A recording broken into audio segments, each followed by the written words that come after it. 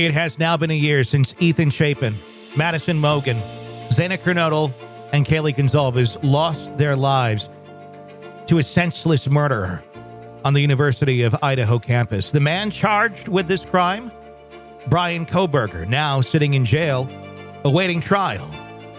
All this weekend, we're going to take a look back at the conversations, investigation, and interviews that we've conducted the last 365 days on this case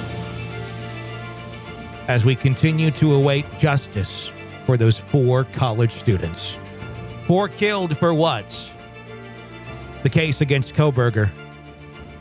The story all weekend here on the Hidden Killers podcast.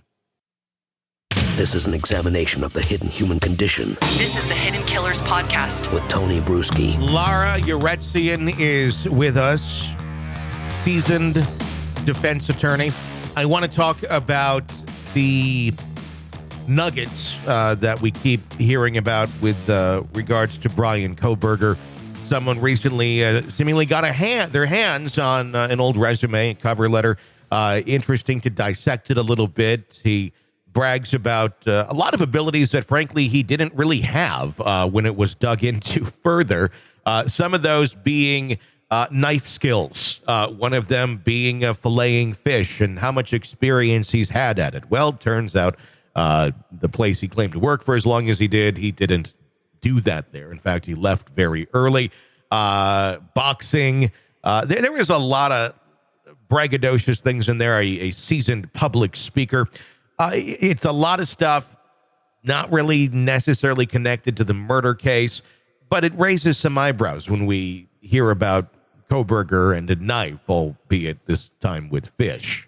Is any of this going to be brought out in trial? Does any of it hold significance when we're looking at this case, Laura? I guess it all depends on the prosecution, how much of this they're focused on. I don't really think this is where the case is going to be. Yeah. It's really going to be more on the real evidence, where he was physically, any DNA, the forensics, any prior relationship or motive for killing. Those are things that the jury is going to be more interested in. Now, for example, the cutting of the fish.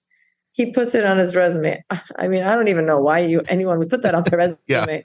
But my understanding is they spoke to his prior boss, and he said he worked for him, but for a very short time, just a few weeks, and never got to the part of really cutting the fish or filleting the fish, right? Yeah. Learning how to fillet. So he never even got to that point. So it's pretty obvious he's embellishing. Boxer, I don't even know how much of that is true. People write all sorts of things on their resumes, depending on what kind of job they're applying for. And, sometimes, a lot of times you would expect it to be accurate, but that people will exaggerate a bit. And this seems to be honestly just exaggerated fact. Maybe they go to his credibility if he ever takes the stand.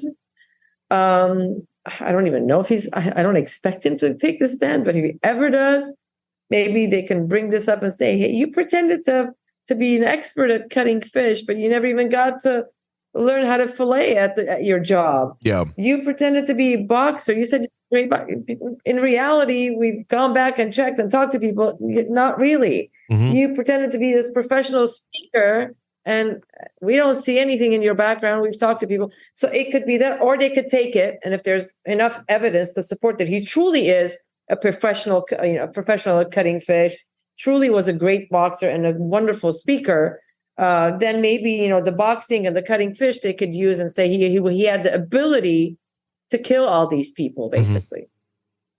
Yeah, lots of different ways it could be spun around for or against him, depending on how it's used. I want to talk to you about the parents where they were called into that investigative grand jury a couple of weeks back. Originally reported that it was in connection with another case. The police in that jurisdiction coming out and saying, no, he has not any connection whatsoever to this other case.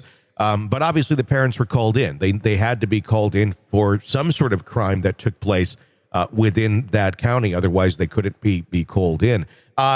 Is this something where they are able to help the police in the investigation? Do they have to speak and talk and answer questions about their son? What sort of responsibility do they have to the prosecution or the defense of this case? As far as the case with the grand jury in Pennsylvania, I mean, if they've been subpoenaed, they have to go. Sure. They have to answer questions.